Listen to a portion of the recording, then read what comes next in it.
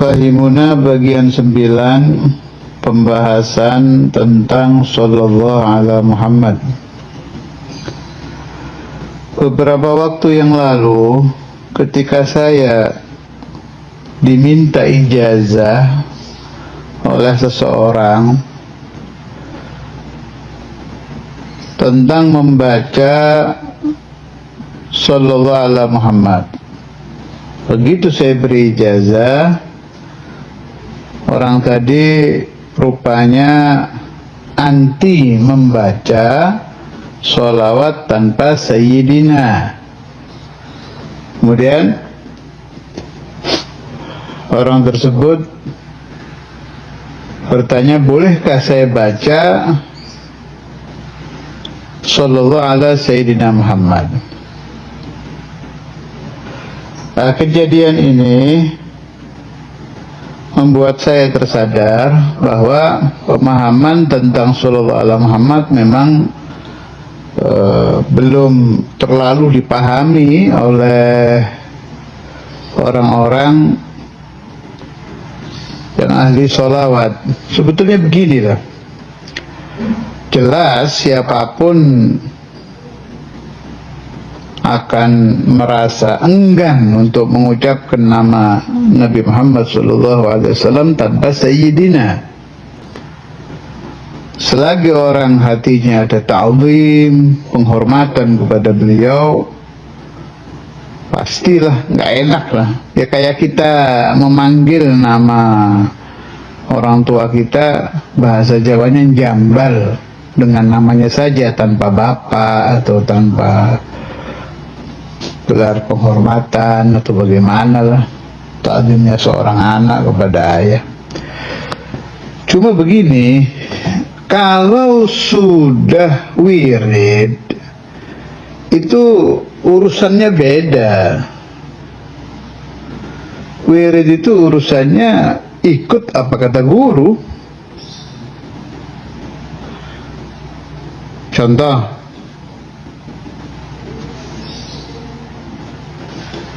di rotib itu, rotib atas apa rotib haddad, cari aja di YouTube yang keluaran sana, keluaran Hadramut.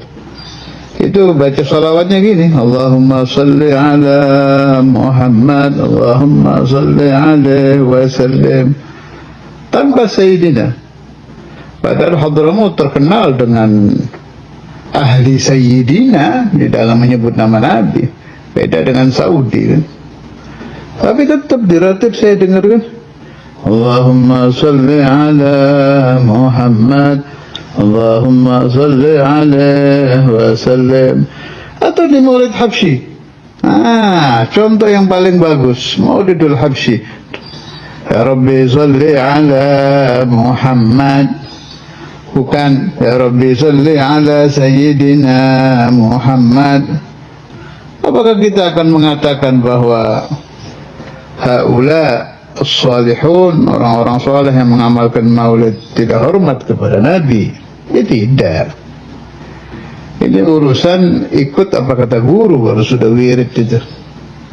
Jangan nanti ada orang apa bahasa sini, sok tahu, kau boleh di baca Maulid Habsyi harus pakai Sayyidina. Kita rubah, Ya Rabbi salli ala Sayyidina Muhammad, Ya Rabbi salli alaihi wasallam. Runyam urusannya. Dan ada nuktah di sini. Orang yang berani merubah, berarti di hatinya ada pemahaman bahwa si pengarang atau si pemberi ijazah kurang ta'zim kepada Nabi. Berarti dia lebih ta'zim. Pemahaman dari mana itu? Pemahaman yang kacau itu orang yang menduga bahwa as-salaf, orang yang lebih dulu dari dia, lebih sedikit takwanya daripada dia, lebih sedikit ta'zimnya kepada Nabi Muhammad daripada dia. Konyol ini.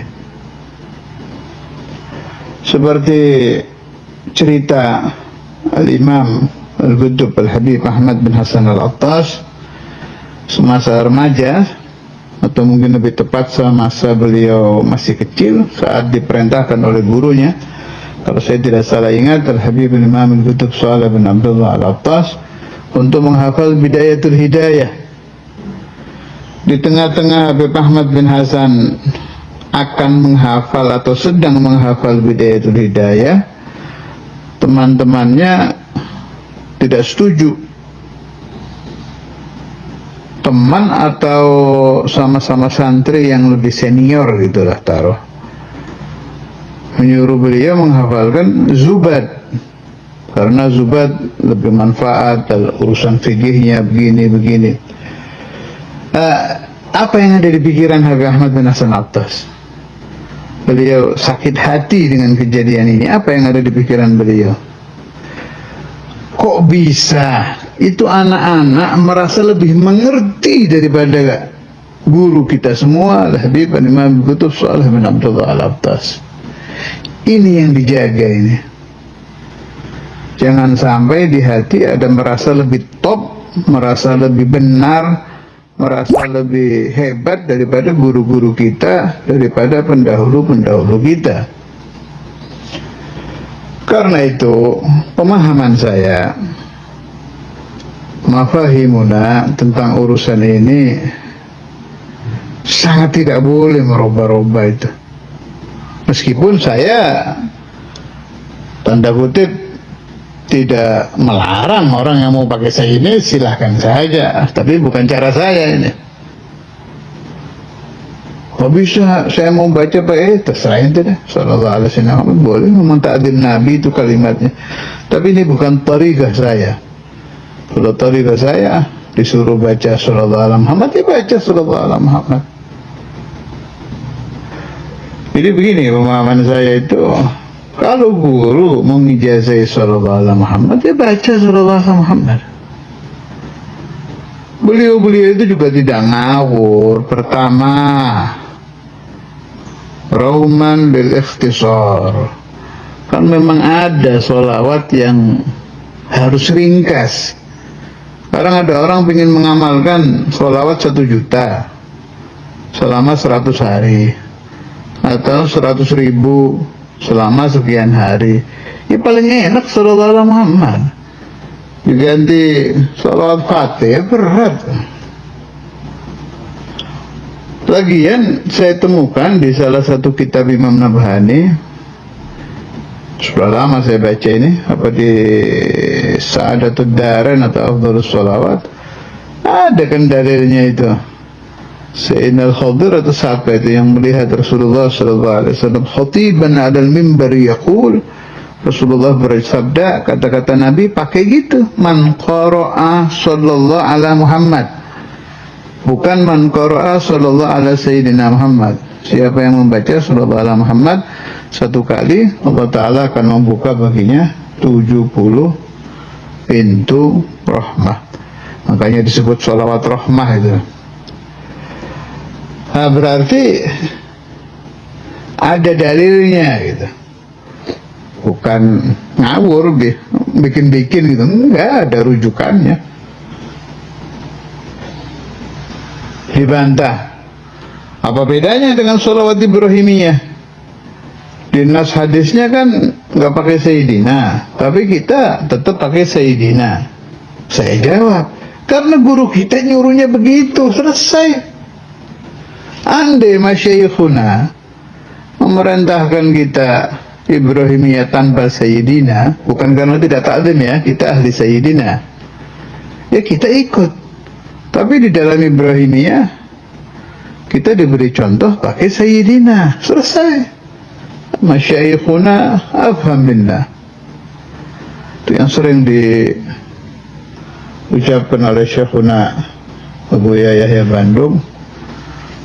Apa beliau katakan itu, ada ulama alam minnana, ulama-ulama dahulu itu lebih tahu dari kita tinggal ikut. Terus ada lagi di kitab Al-Habib Al-Imam Al-Qutb Abu Bakar bin Muhammad As-Saddaf, atau ma huwa ma'na, pemahaman dalam bab wirid itu sudah jangan dirubah-rubah, disuruh baca sekian ya sekian, lafadznya kayak gini baca kayak gini, gitu lah mafhumnya. Sebab kata beliau, wirid itu kayak kunci. Kunci itu kan gak lurus, ada geret-geretnya itu lah. Yang kalau itu ditambah sedikit aja pintu gak bisa terbuka. Bahasa Jawanya geret-geret, saya gak ngerti Indonesianya apa itu. Kan gak lurus gitu, ada besinya dibikin runcing 3 biji, beberapa itu.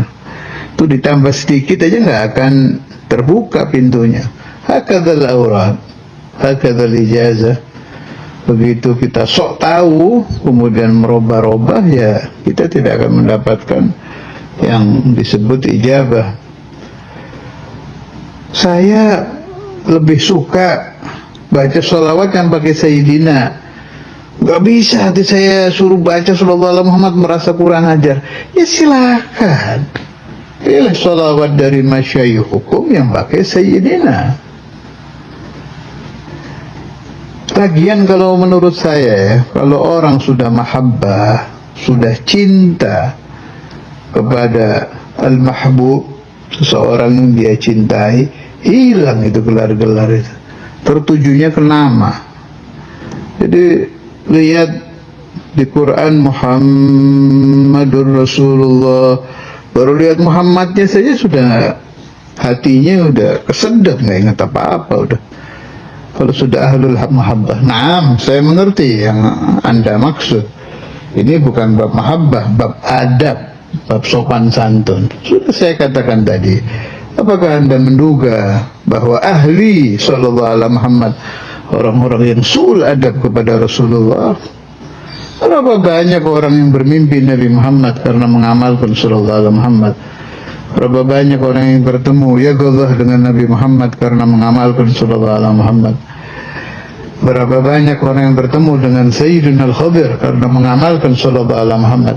Itu juga dalil bahwa wirid sallallahu alaihi Muhammad mardiyah indallah, diridhai Allah Ta'ala. Sebab laula ridha, seandainya Allah tidak ridha dengan amalan ini, Allah Ta'ala tidak akan memberikan futuh kepada kathir jinan ba'da jin wa awaman ba'da awam ala mamarris sinin, dari generasi ke generasi, dari tahun ke tahun. Kam alladzina ya'malun sallallahu alaihi Muhammad, tidak terhitung berapa yang sudah difutuh oleh Allah Ta'ala gara-gara wirid ini. Itu kan hadis, la tusallu alayya salatal batra, jangan kalian bersolawat kepada aku dengan solawat buntung, solawat yang tidak menyebut wa ala alihi.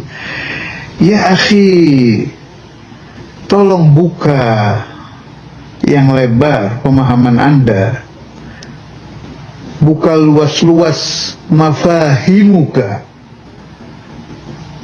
La tusallu alayya salatal batra, na'am, itu hadis. Man qara'a sallallahu alaihi Muhammad juga hadis. Apakah Anda duga bahwa para pengamal sallallahu alaihi Muhammad yang kuno-kuno, yang alim-alim, tidak mengerti hadis la tusallu alayya salatal batra? Intahal jidal wa intahal bahar. Pembahasan sudah selesai. Saya pernah tanya ke guru saya, Syekhuna Abu Yahya, ketika ditemukan waktu saya ngaji Ihya, satu saat Imam Ghazali, tidak di semua pembahasan beliau, satu saat beliau menyebut sallallahu alaihi wasallam tanpa wa ala alihi wa sahbihi. Saya tanya ke Buya, kenapa Imam Ghazali tidak menyebut wa ala alihi wa sahbihi? Padahal jelas ajarannya kalau salawat harus menyebut wa ala alihi wa sahbihi. Katanya Buya, ya, kalau kita memberi hadiah ke satu keluarga, kita kasih ke bapaknya, itu sama saja dengan memberi seluruh keluarga itu. Nanti bapaknya yang bagi. Ya akhir jawaban syekhina, jawaban seorang munsif bil ulama, tahu betul arahnya adab-adab yang dilakukan oleh Imam Al-Ghazali. Ya nggak mungkin lah Imam Ghazali tidak mengerti la tusallu alaihi salat al-fatra. Tidak mungkin pula Imam Ghazali tidak beradab dengan Rasulullah sallallahu alaihi wasallam. Hasya wa kalla. Ini pemahaman saya. Kalau benar famin Allah, kalau salah famin nafsi. Wa astaghfirullahal azim li wa lakum. Wa sallallahu ala sayyidina Maulana Muhammad wa ala alihi wa sahbihi wa sallam.